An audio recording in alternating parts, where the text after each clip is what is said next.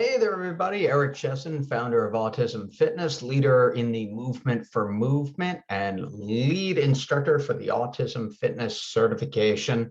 And coming to you again with another video analysis, this time looking at the PAC profile from the perspective of power and dynamic movement exercises and some interesting and entertaining things on the adaptive side as well. So I'm going to go ahead and share my screen here. So you're seeing here my athlete Braden, and you'll notice right here, this is his fortress of solitude. So that's his break spot right there, and he thrives when he has an area where he's enclosed in between exercises, which is something that we happily discovered. So you can see built out with some plyo boxes, a mat. We have put together a little makeshift fitness tent for him. So here he's just crawling out. So that's the end of his break. And I have a timer on there as well. So the contingency, because contingencies are so very important here, because we want the athlete to understand the expectation for performance as well. You know, it's a contract and there's an agreement here. So he gets to spend a minute, as it is right now, a minute in under the tent there, or the tower, as we call it. I should really refer to it by its proper name. That is the tower. And then you can see he comes right out, and now we're going to go to our power exercises. So what I'm going to do here is I'm going to analyze this using the PAC profile methodology, which is what we use in Autism Fitness programming and the Autism Fitness certification. This is you know, everything that you get, and this is the way that I'm applying it in, of course, my own practice.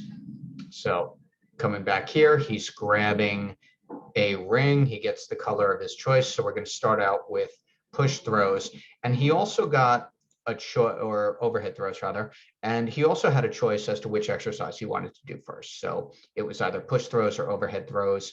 He has he's chosen overhead throws to start with. So there you see a little mirror prompt, and the overhead throw, you can see he's really adept at here, getting the ball back. So in terms of physical, does he have the skill? Absolutely. If I'm going to be, you know, nitpicky, I want the feet a little bit wider here. This is really good for now. He doesn't need any additional prompting to perform that overhead throw. Really good at it, clearly reinforcing for him. He's able to pull that ball down with enough skill that it is reaching me. So this is looking good. This is where we would say that the movement is mastered at standard level. And from here, we could start progressing it a number of different ways. All right. So here you see him finish off the overhead throws. He's going to do a few more. And if we're breaking this down, you know, second by second, we're asking what's going on physically, what's going on adaptively, what's going on cognitively. Physically, he has the skill. This is mastered. I am doing no physical prompting whatsoever, not even a mirror prompt. So this is entirely independent. Adaptive, he is staying on task. He's focused. There's little, if no delay in between throws. And then cognitively, clearly he understands the expectation for performance of this particular exercise.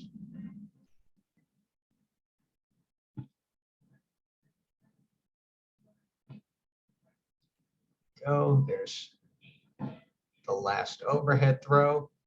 And now we're going to set up for Sandbell slams. So he's helping out. He's going to place that blue ring in front of the red one. Now, Sandbell slams are another one of our power movements or dynamic exercises that we have and that you'll learn in the level 1 certification as well. The goal here is to generate power in the upper body and stability in the lower body. So he's got a great overhead raise. Now, one thing that we want to keep in mind is over time, we want to develop a healthier hinge pattern. And you can see what's happening here is he's folding forward a little bit. So in terms of picking things up off the floor, that's definitely something that we want to focus on in developing strength and stability. Right now, with just a 4-pound Sandbell, it is a low enough weight that there's not a lot of issue around this. I would not go heavier than this right now until those hip mechanics get stronger. So the feet are stable, something we talk about in the level 1 certification a lot. We want these feet to be rooted. Focus a lot on that in the level 1. So that slam is looking pretty good. So we have two power-based exercises here. We have that overhead throw. Now he's got that slam, and then third. So you can see we've built up this contingency initially with an athlete. If they're significantly unmotivated, what you might do in the beginning is just have a 1-to-1 contingency where they are doing the overhead throw, 10 repetitions, and then have access to, in this case, the tower or the break. Here, we have a great ratio going on where there are 3 exercises in a row here. So we have overhead throws and then slams and then another set of overhead throws. So we have exponentially increased the amount of not only on task time, but the amount of repetitions that this athlete is getting in. All right. So again, same thing, focused. If I'm breaking this down physically, adaptively, and cognitively, physically, this is an overhead throw that is independent. If we were to get, really nuanced with it, I'd like a slightly wider foot base here. Right now, not the biggest deal, but definitely something that we want to work on in the future. Adaptively, athlete is on tasks, motivated, and cognitively understands not only the expectation for performing this overhead throw here, but also understands the expectation for performing these exercises and then having access to the tower. And that's a big deal. We always want our athlete to know what's coming next, because that is going to sometimes single-handedly alleviate a lot of anxiety and make it readily apparent what the athlete needs to do in order to gain that reinforcer. So ball is going away. He's grabbing the Sandbell again. Going to do that last set of slams here. All right. And again, we want a little more hip flexion there at the bottom. That slam is looking good. One of the big challenges for most of our athletes is getting their arms all the way overhead, number 1, keeping their feet rooted on the floor, number 2, and having a full grip on that Sandbell when they are slamming. So overall, this looks really good. And some more things that we noticed that we can work on in the future. There is the Sandbell being put away, and then, of course, access back to the tower. So in the last video in this series, looked at some warm-up movements. Now we're in our power and dynamic movement phase.